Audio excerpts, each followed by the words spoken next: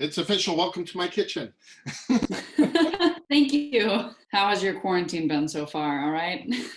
Actually, it's been interesting. I get to do stuff like this, but I do miss the coaching. I do miss Yeah. getting out and about, interacting with people.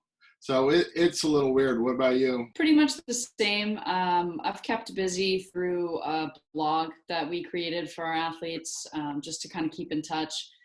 And then through Instagram with Towson University, just developing nutrition education materials for the athletes and Right. whatnot. So it's been a lot of downtime. Brief nutrition background on you. Who are you? All that fun stuff.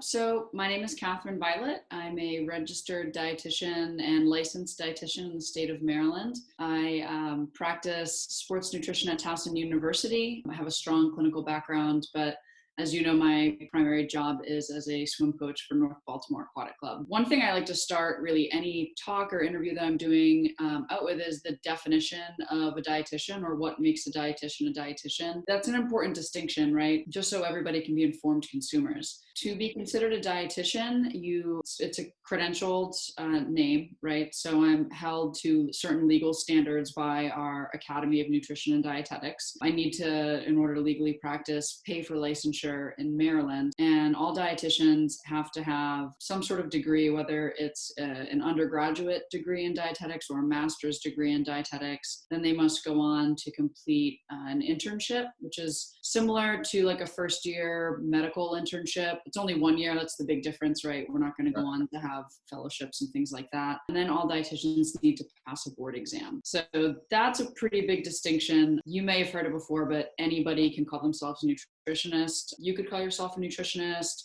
My boyfriend could call himself a nutritionist. My little brother, who studied, physical therapy, could be a nutritionist if he wants to be, but not everybody can call themselves a dietitian. So for people out there seeking nutrition advice, they really need to be looking for those two letters, the RD behind somebody's name, to know they're getting their information from a reliable source. Yes and no.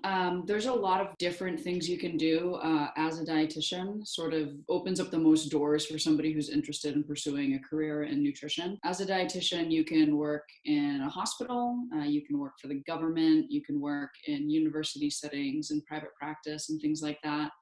You can get specialty credentials, but it doesn't necessarily push you into like a niche type of practice. So you could if you wanted to. For example, one credential I'm working towards currently is Certified Specialist in Sports Dietetics. It's abbreviated CSSD. Oftentimes, a specialty credential will require a certain amount of hours. In my case, it's an additional 2,000 hours of hands-on experience, and then a separate board exam. So that was a lot.